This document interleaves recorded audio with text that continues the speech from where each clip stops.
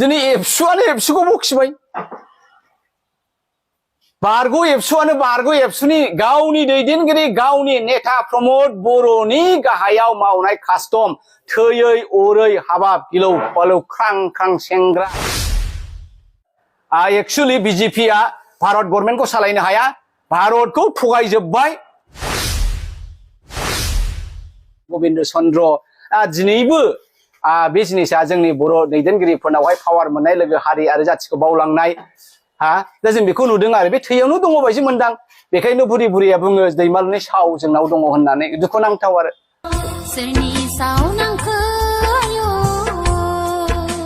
बेनिफ्राय लाजिनांथाव मा दंबावो प्रमद बर'आ मानो सीएम होनदों आं सीएम नंला होनना बुंबानो जायोना हाहिबलागा खथा फाइनाल एन्ड कम्प्रिहेन्सिव करार पाছত प्रमद बर' नेतृत्वत गोविंद बसुमतारी डांगरिया नेतृत्वत करार पाছত आको किहर आन्दोलन एबसु आन्दोलन खालामबावनोसै नामा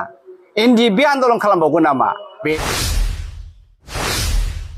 गियान गोनां मानसिनि खुगायाव बिदिया बेरखांनाङा होननाया गावनो हाग्रामाखौ इडियट होनबाय गावनो हाग्रामाखौ स्टुपिड होनबाय मानो नोंजों एबसुआनो गिलौ बालौ लोगोसे थाफानानै नोंजों मावफादों बिसोरनो कन्ट्रेक्टर जागोन बिसोरनो साब कन्ट्रेक्ट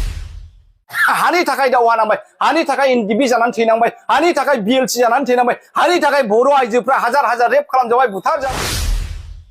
ल' इन्टेलिजेन्ट बांद्राय गोरों नङै मानसिखौनो स्टुपिड बा इडियट होननानै बुङो दा बे डिपार्टमेन्टखौ जोङो नोंथांमोननो होबाय एकर्डआनो बेबायदिखासो दा ओंखायनो बिथांमोना जेबो होननो हाया माबा मोनसे होनदोंब्ला बे फोलानाय माबा मोनसे होनदोंब्ला बे थगायनाय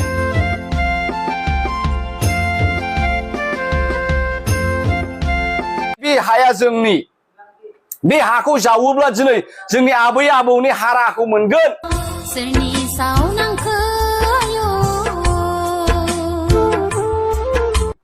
मा दंबावो जेबो गैला साख्रि बाख्रियाबो दिनै बिटिसिनि आखायाव गैला बिटिआरनि आखायाव गैलाबा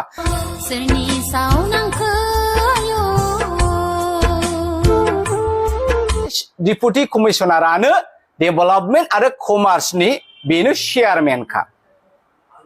थार अर्थात डिसिआ गासिबो डेभेलपमेन्ट आरो कमार्स एक्टिभिटि आरो नोङो बिटिसिखौहाय बा बिटिआरखौ मानो एकर्ड खालामदों बड'लेण्डआव डेभेलपमेन्ट लाबोनो थाखायसो बिटिसिआव डेभेलपमेन्ट लाबोनो थाखायसो बे बड'लेण्डनि रायजो राजानो उन्नति होनो थाखायसो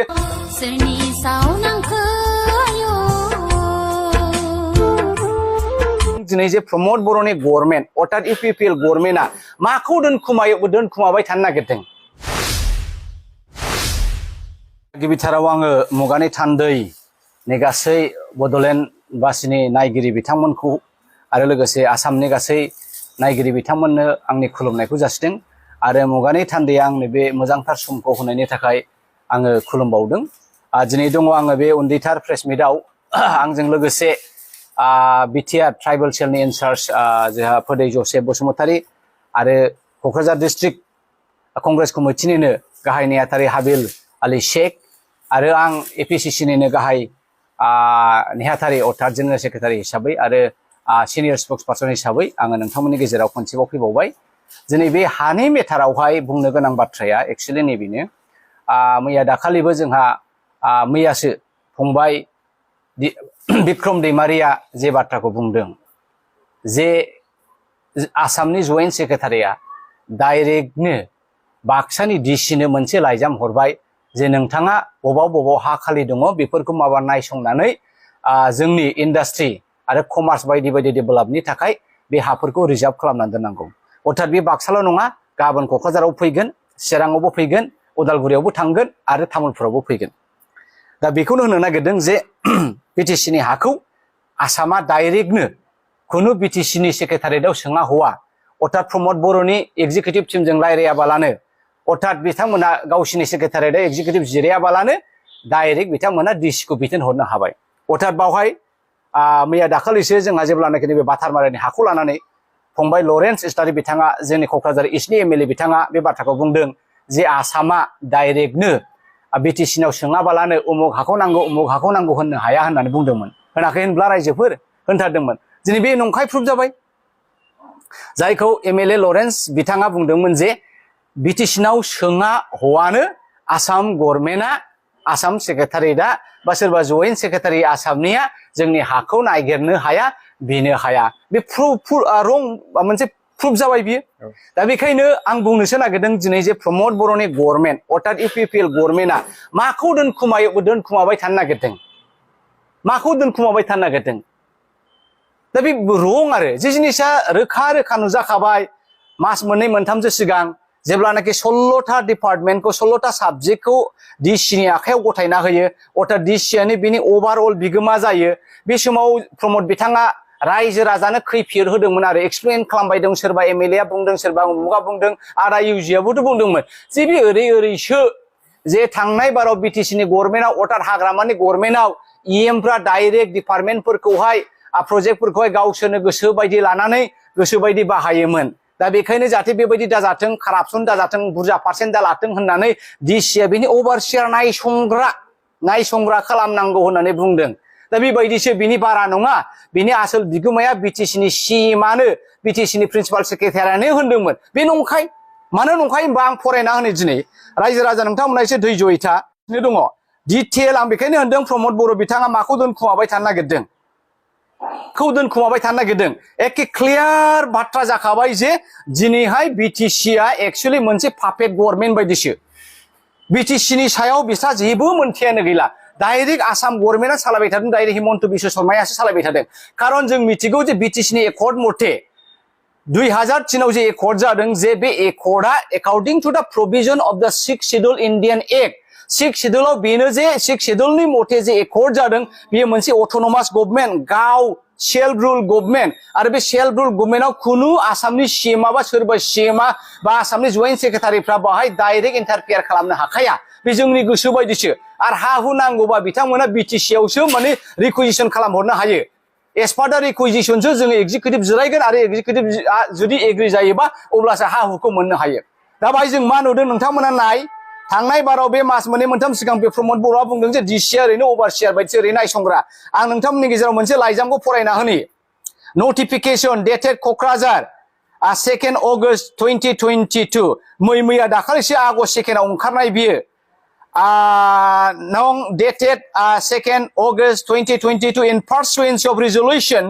number 18 of the minutes of the executive meeting held on 9 March 2022 the partial modification of the earlier dated number Omogomok Bodoland Territorial Council is pleased to notify the Deputy Commissioner of the concerned district अर्थात मोनफ्रोमबो मोनबा डिस्ट्रिक्टनि Deputy Commissioner फ्रा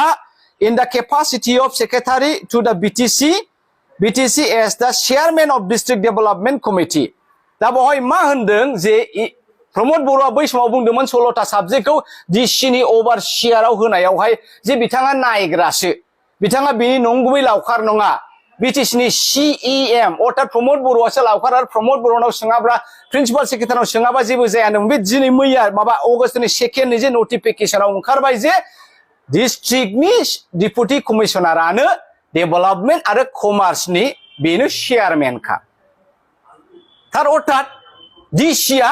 गासिबो development आरो commerce activity आरो नोङो बिटिसिखौहाय बा बिटिआरखौ मानो एकर्ड खालामदों बड'लेण्डआव डेभेलपमेन्ट लाबोनो थाखायसो बिटिसिआव डेभेलपमेन्ट लाबोनो थाखायसो बे बड'लेण्डनि रायजो राजानो उन्नति होनो थाखायसो दा बिनि चेयारमेना सोर जाखो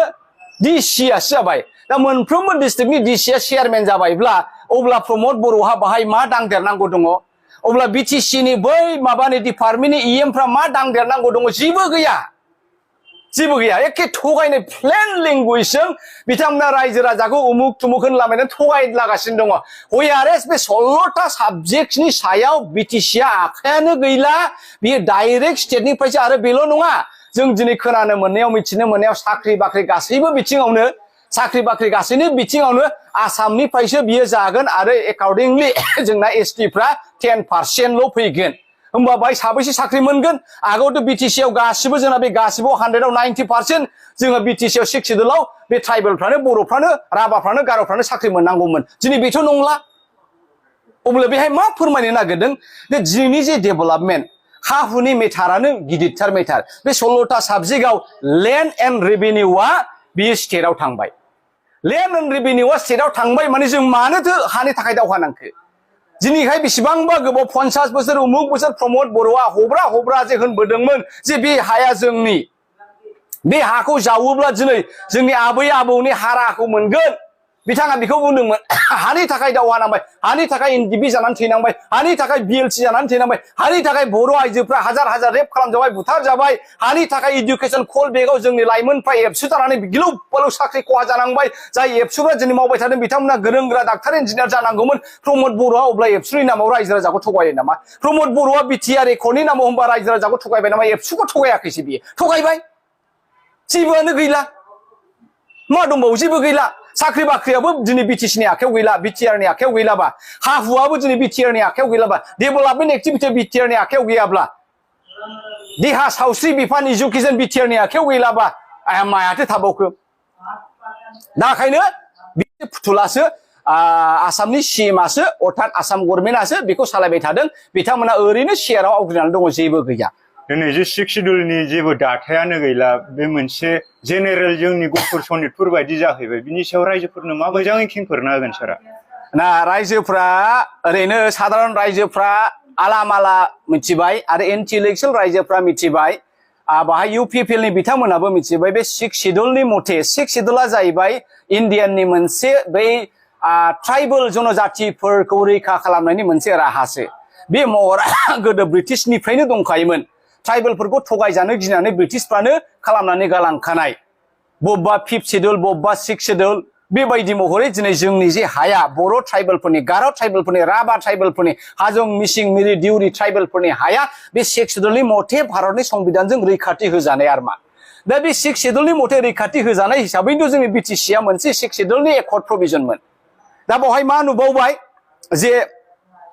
पार्शियेल मडिफिकेशन एन्ड नटिफिकेशनावहाय ओरै होनदों जे 2003 आव जे बिटिसिआ बिएलटिआ जे बिटिसि एकर्ड खालामदोंमोन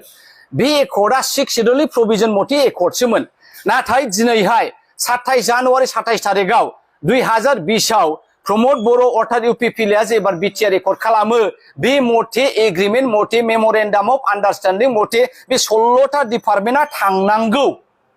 थारमाने रायजो राजाफोर बेखौ मिथिनानै लादो जे बिटिआर एकर्डआवनो बिथांमोना मोनसे सुक्ति खालामनानै फैखाबाय जे जोंनो बिटिआर एकर्डखौ होदो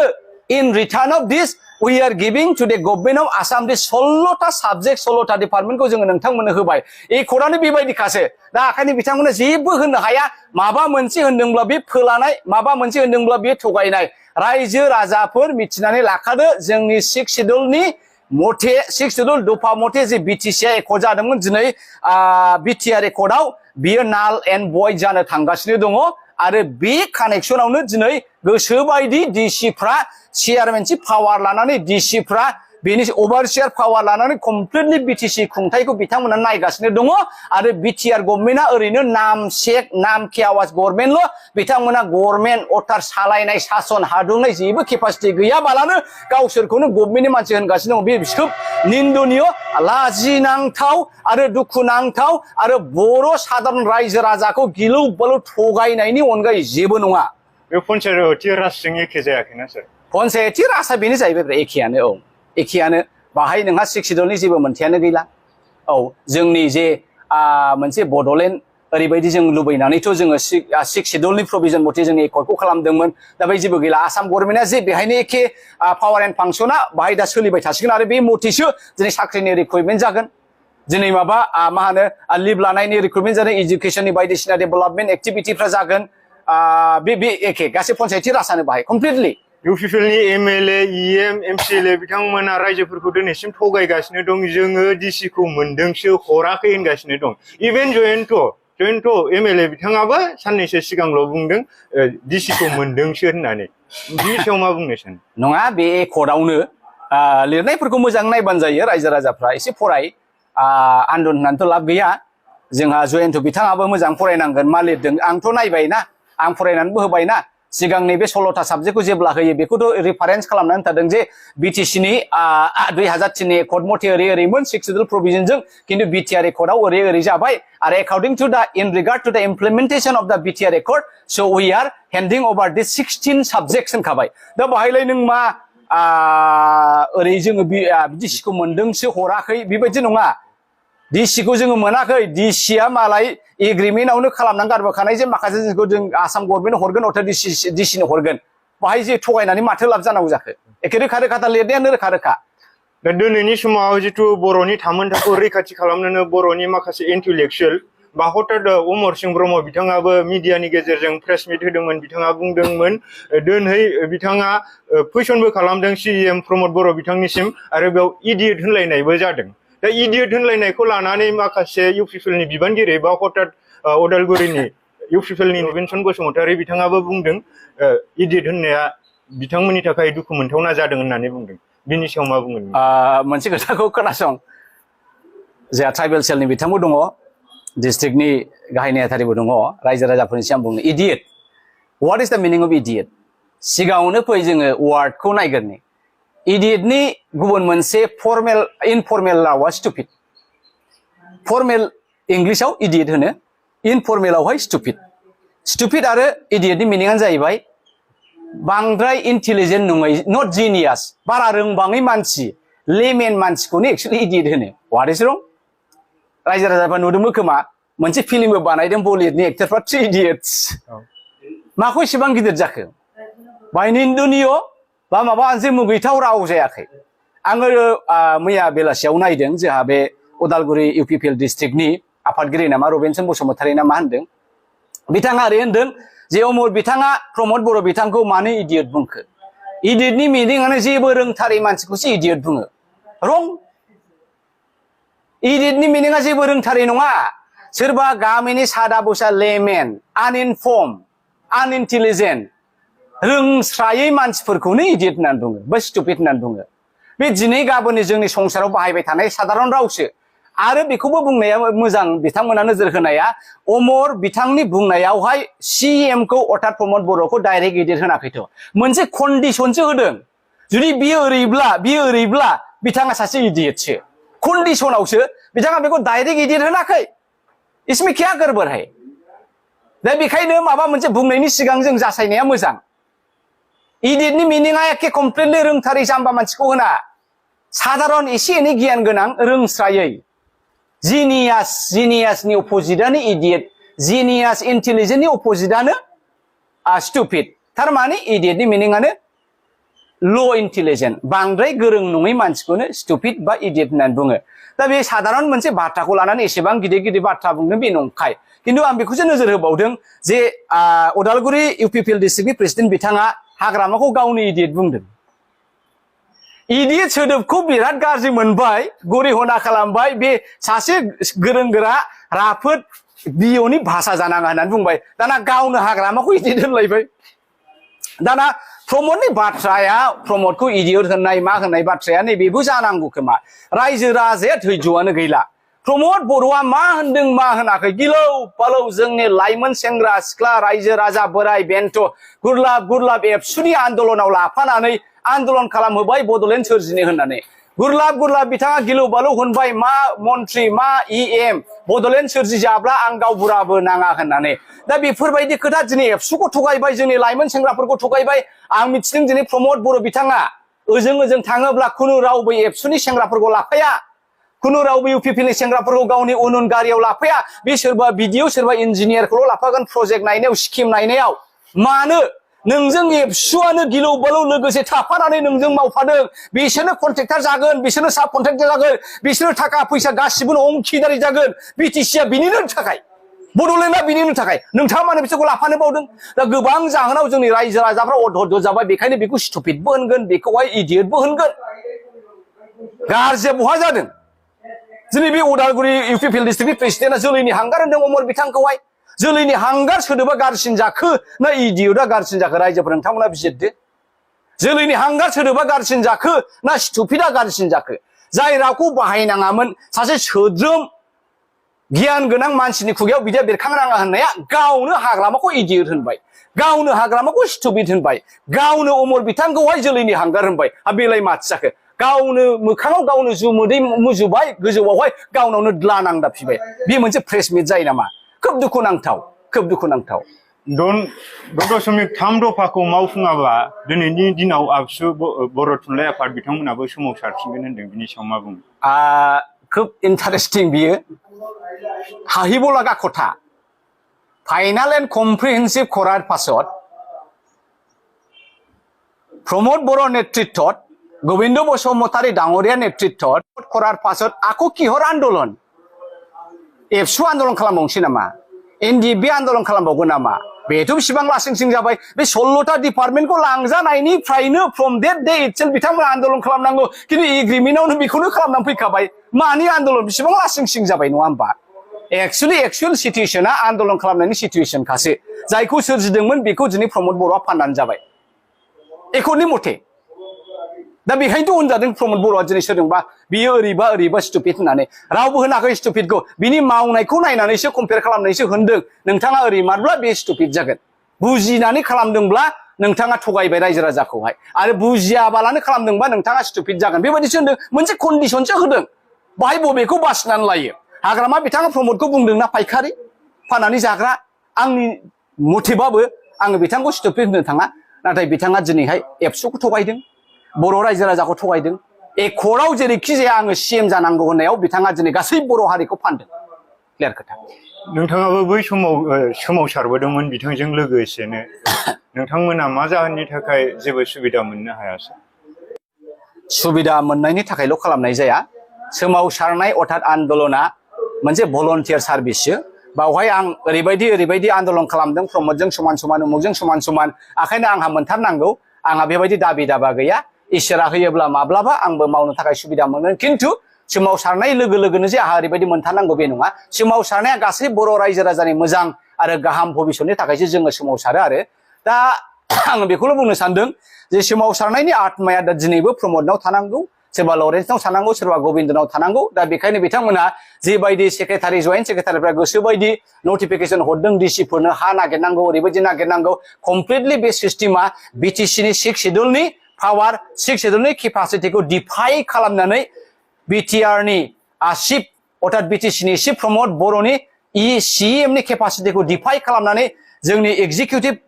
बडिखौ डिफाइ खालामनानै जोंनि सेक्रेटारियेटनि प्रटकलखौहाय डिफाइ खालामनानै हेव खालामनानै अर्थात नेवसिगारनानै डाइरेक्ट जयेन्ट सेक्रेटारिफ्रा डिसिनो हरनाया खोब लाजिनांथाव आरो खोब लाजिनांथाव आङो बेखौसो मोजां मोनाखै दिनै आखायनो सासे आन्दोलनखारि हिसाबै आङो बाहाय थानो हायाखै आरो बे उन्दै प्रेस मिटखौ आङो लेंनाय जादों दा बे समाव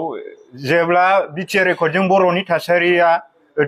गोमालांनायनि लामायाव बै समाव बिएससि खालामनाय समाव सानथिमा खुंगुर बैसोमुतियारिआबो बिएससि रेकर्डखौ डिनाउन्स खालामदोंमोन जुदि गमामायैनो प्रमोद बर'नाव बर' हारिनि थाखाय अननाय दंबा बा बिटिसि बा सारा बर' रायजो राजानि थाखाय अननाय दंबा बिटिआर रेकर्डखौबो बिथाङा डिनाउन्स खालामनो हायो डेफिनेटलि हिउमान इज टु एर मानसि मानियानो गोरोन्थि मावो होननाय मोनसे इउनिभार्सेल ट्रुथ दङ दा बेखौ नायोब्ला गमामायैनो सैथो जे दिनै बेयो गोरोन्थि जाबाय बिटिआर रेकर्डजों जुदि हारिया खहा जानोसैब्ला बेखौ डिनाउन्स खालामनायाव जेबो गोरोन्थि गैया खारन बड'फा उपेन्द्रनाथ ब्रह्मनि जे आन्दोलननि फर्मुलायाबो बेनोखा दावहा जिरायथ'नाय आरो दावहा जोङो गोलाव सम दावहा नांनांगोन आरो बेनि गेजेराव जिरायथ'योब्ला एखमबा मोजां आरो जिरायथ'नानै जोङो आरो दावहाखौ फिन होफिननांगोन दा डिनाउन्समेन्टआ बेनो स्ट्रागल ट्रुथ स्ट्रागल दा प्रमोद बर'आ लाजिनानै मा जानो अबसे बेनोमोन आंबो लुबैदों 5 बोसोरखौ बिथांमोना नेजानो लुबैदों आंबो लुबैदोंमोन 5 बोसोरखौ नेनाया मोजां खिन्थु दिनैनि जे नटिफिकेसन आसामनि जयेन्ट सेक्रेटारिया जे नटिफिकेसन हरदों डिसिफोरनो डाइरेक्ट इन कानेक्सन टु लेन्ड बे खोब लाजिनांथाव बेहाय नोङो 5 बोसोर नेनांगौनि जेबो बाथ्रायानो गैया गाबोनो समखौनो ओंखारनानै जों आन्दोलन खालामफिननांगौ बेबायदिसो आं मोनदों आरो मानोना जों हानि थाखायनो दावहा नांदों आरो हायानो जुदि बेबायदि सोरजोंबा सेनानै लाजाबायब्ला बेनिख्रुइ लाजिनांथाव मा दंबावो प्रमोद बर'आ मानो सीएम होनदों आं सीएम नंला होनना बुंबानो जायोना আমার মান সকলে বিজেপি বেশি বিশ্বাস করেছে নাকি আর কংগ্রেসক বিশ্বাস করা নাই কিন্তু আজির যে কানেকশন আজির যে বিজেপির যে নীতি আজি যে এই বিটিআরক লৈ পেলাই বিটিসি বাকিক লৈ পেলাই বড়োলেণ্ডক লৈ পেলাই যে বিজেপি যে নীতি চলাই লৈ আছে এটো কমপ্লিটলি এন্টি বড়ো সেন্টিমেন্ট এটো কমপ্লিটলি এন্টি ট্রাইবাল সেন্টিমেন্ট এটো completely against the interest of the BTC Baki.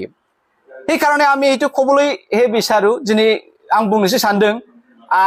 बिजेपिया मा होखो अके गोबाङा बुंदों कंग्रेसआ मा होआ एफा बुरजा सासनावलाय 75 बोसोर सासनावहाय 52 इयार्सआनो कंग्रेसआ बड'लेण्ड मानो सोरजियाखै